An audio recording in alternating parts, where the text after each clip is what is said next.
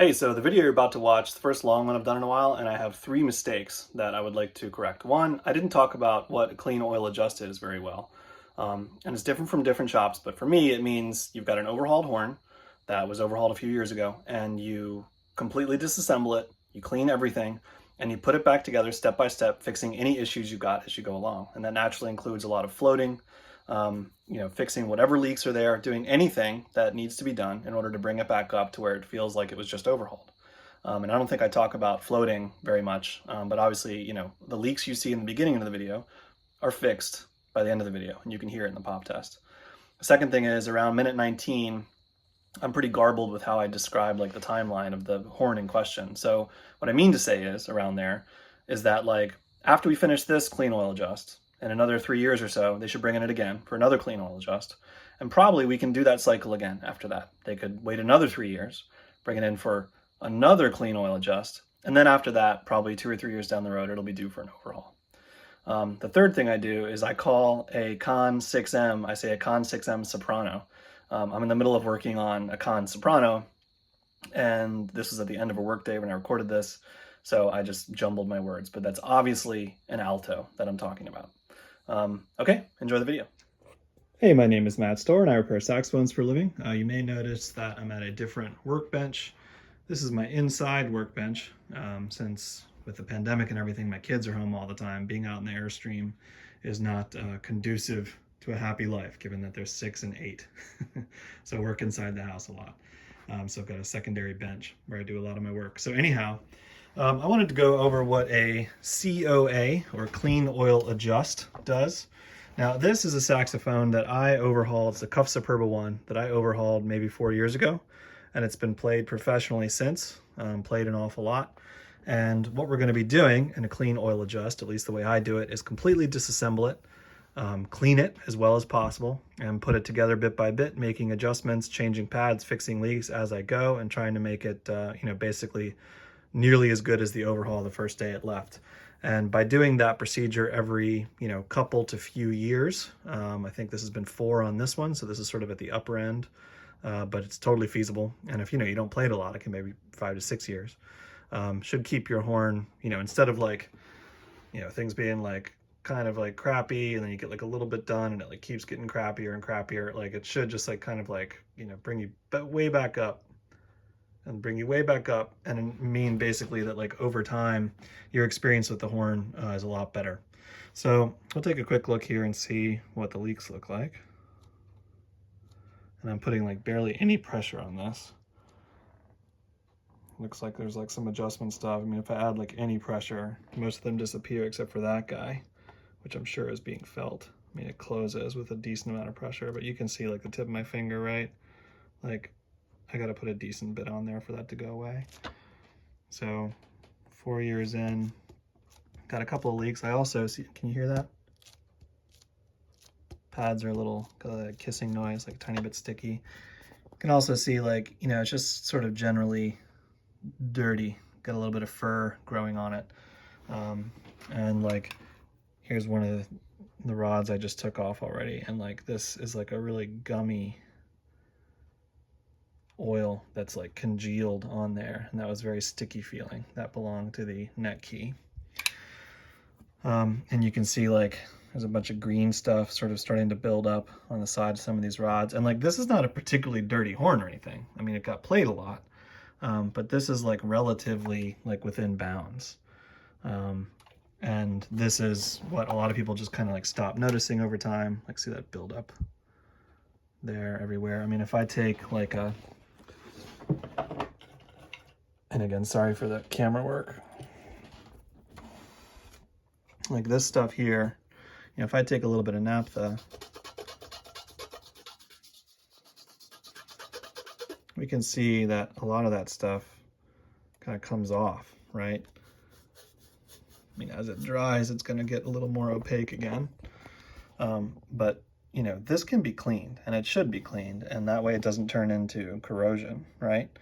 And we can slow this stuff down, and especially on the body, we can get that corrosion off. Now, I can't dip the keys, obviously, but I can dip the body and get it totally wet. So the keys I'll be cleaning by hand, the body I'll be cleaning by dipping it. Let's take a look at the upper stack as long as we're here. See if I can do this while holding the camera. All right. Let's pull that leak light up. And let's see. How are we doing? A little leaky there. Not as good as I would hope, honestly. I mean, it's been 4 years of hard playing, but a little more leaky than I'd like. I'm not super happy with my work. Yeah, that leak is bad. That pad's gonna be replaced for sure. It's really, I don't know if it's possible to see, but it's also like really dirty. And once I get this all the way apart, I'll show what those pads look like. And I'll like string a couple of these videos together to show you the process as I go through it and the end result compared to now. But yeah, we'll get like a little bit in here and take a look at some of that fuzz that we got going on, and you know, just kind of general gunk. And we're gonna get all this stuff off, right? This horn's gonna look really good. And also, like, some of these keys have gotten noisy as the adjustment materials have hardened over time. Yeah, D's like always a bad one. The player said it was still playing pretty well, just really noisy is what made them bring it in, but there's an awful lot of more improvements we can make to this than just the noise. So yeah, I'll be back when I've got this disassembled. We'll take a look at it before I clean it. All right, actually, so I wanted to show you a little bit of taking stuff apart too. So you can see kind of all that fur there, right?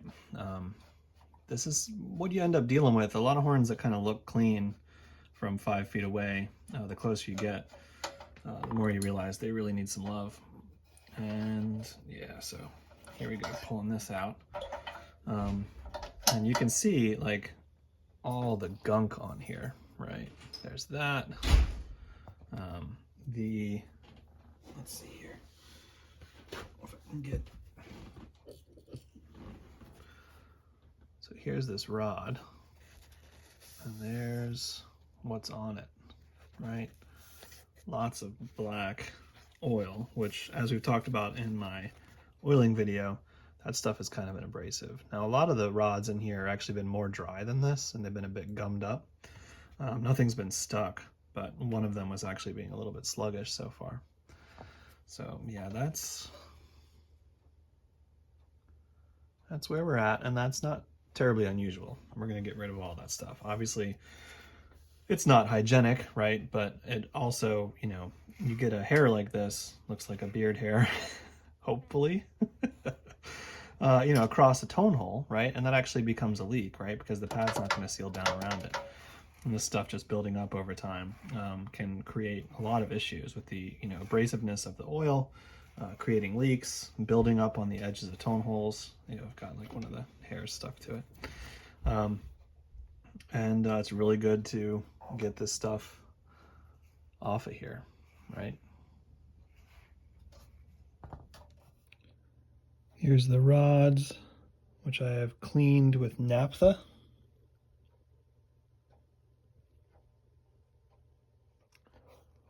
And here's the keys taken off. You can see that one. Is that my pad? I don't think so. I wouldn't do that. Either it's completely deformed or this has been replaced. That's nuts. If that's deformed, I've never seen that bad before. That'll get replaced. There's a pad that's still sealing, but it's pretty dirty. That'll get replaced. There's one that might get replaced. There's one that's gonna get replaced for sure. And you can see, like, you know, just general growtiness here and there. And I will clean all of these by hand because, you know, you can't like dip these. Man, what is going on with that thing? That's crazy.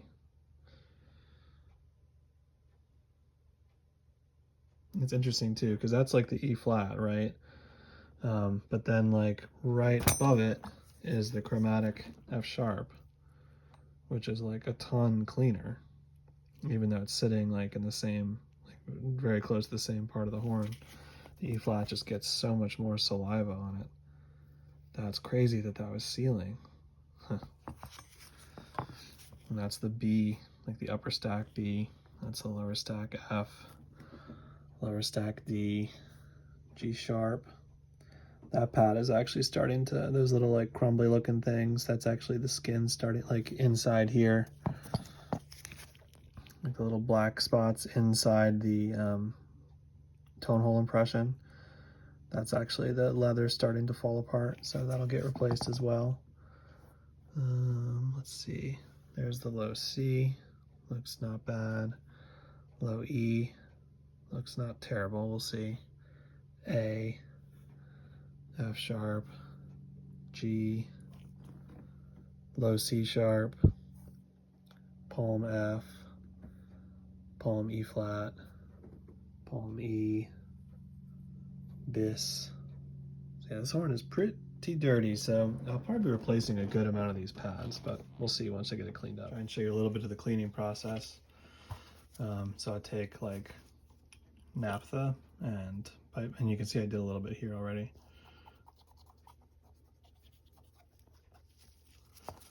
These are gun cleaning Q-tips. You can see all that junk that's coming off. It really is just like a really manual process. Like there's not a whole lot of magic to it. It's just that it takes time and effort.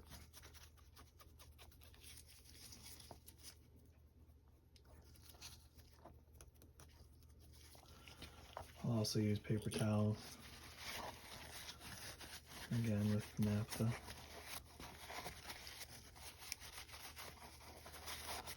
And naphtha doesn't seem to damage any finishes.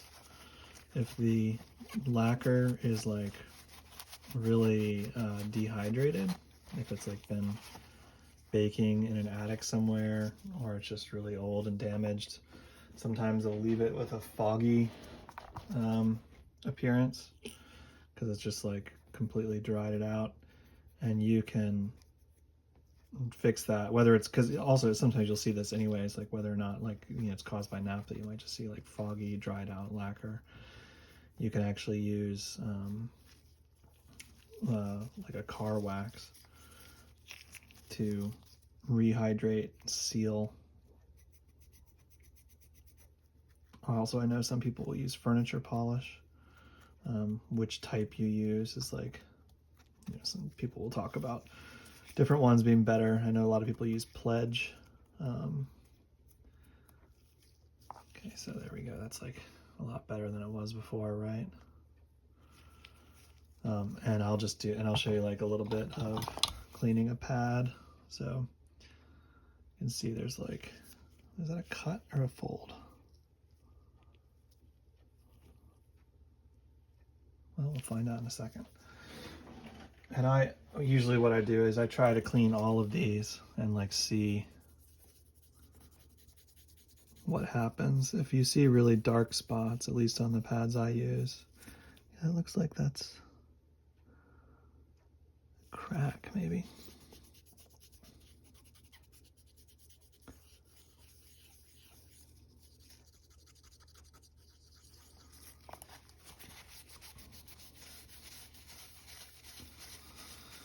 And basically the idea is like, if it gets clean and it still seals, great. If that manipulation makes it not seal, time for a new pad probably. If it doesn't get clean, time for a new pad probably. This one looks like it'll be okay. Although I have wonders about that like little mark, but I think that's just a fold. But this one looks like it'll probably stay. Next thing we're going to do is clean off the rest of the kind of sludge on here. Got this mounted up in my Unimat micro lathe that I use as a bench motor.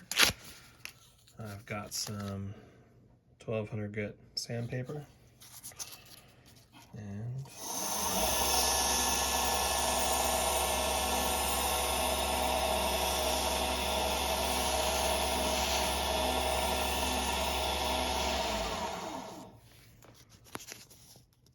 comes off onto the paper.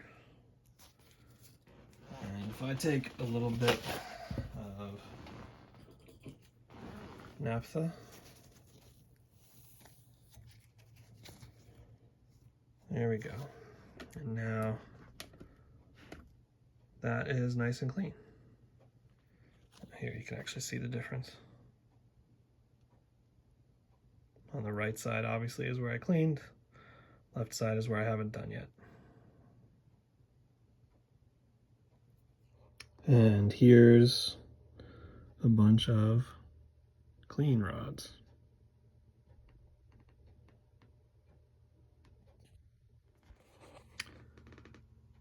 The saxophone has now been cleaned. Also gave it a chemical bath. Stop some of that corrosion. But we are down to lacquer now. No more grime and grit.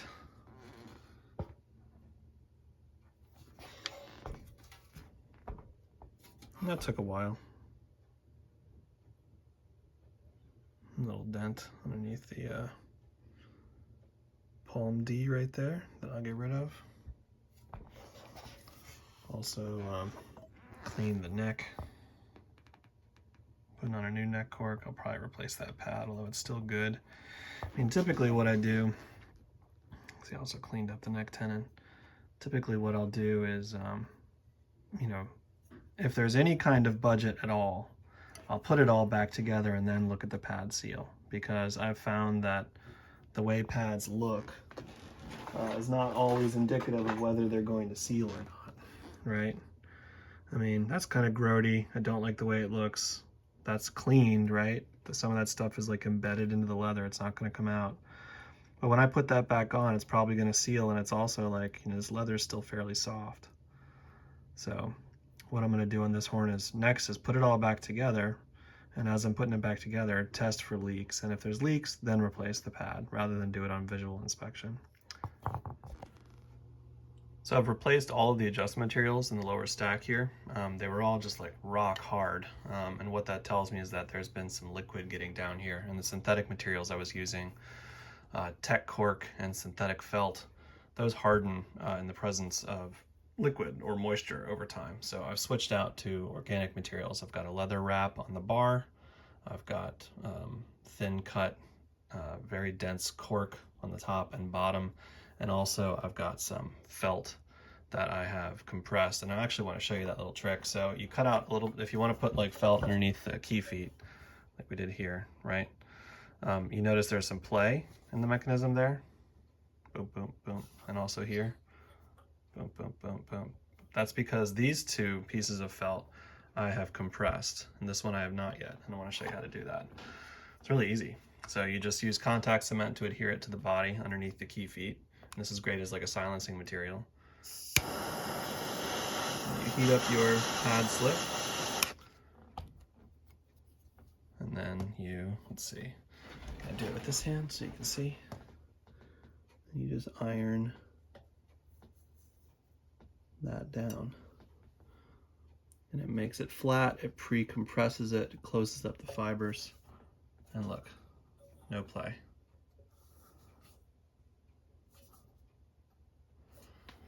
And now that is a lot quieter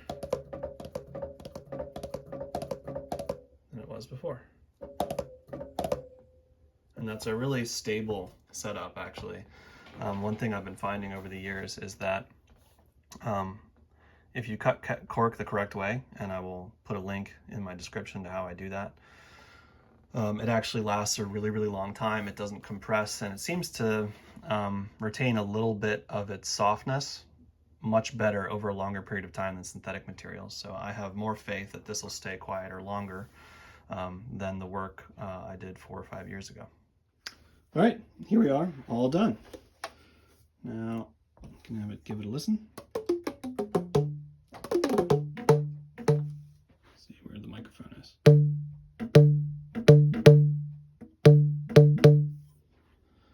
A lot quieter than before.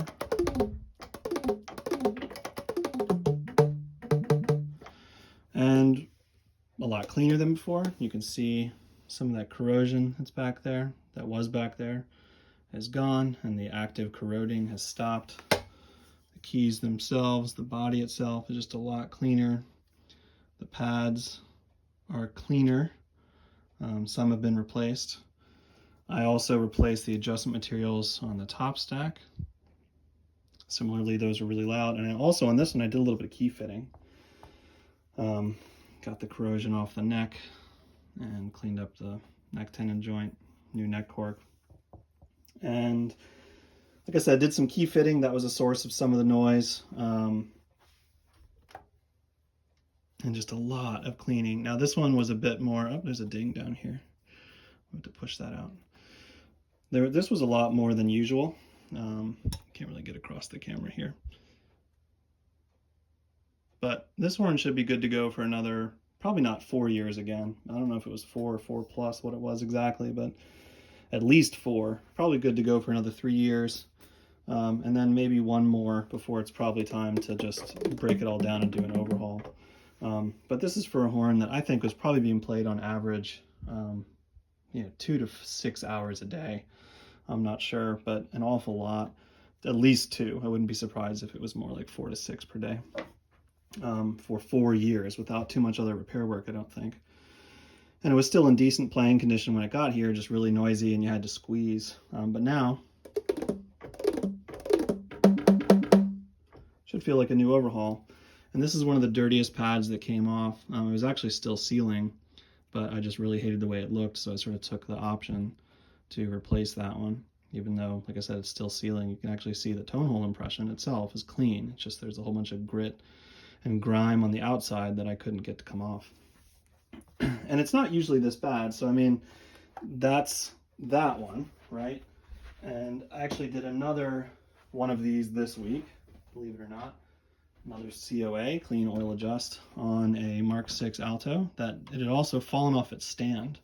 So there was a bunch of crushed in keywork down here. The bell was offset, and there was a really big crush up here, and the body was bent. And now,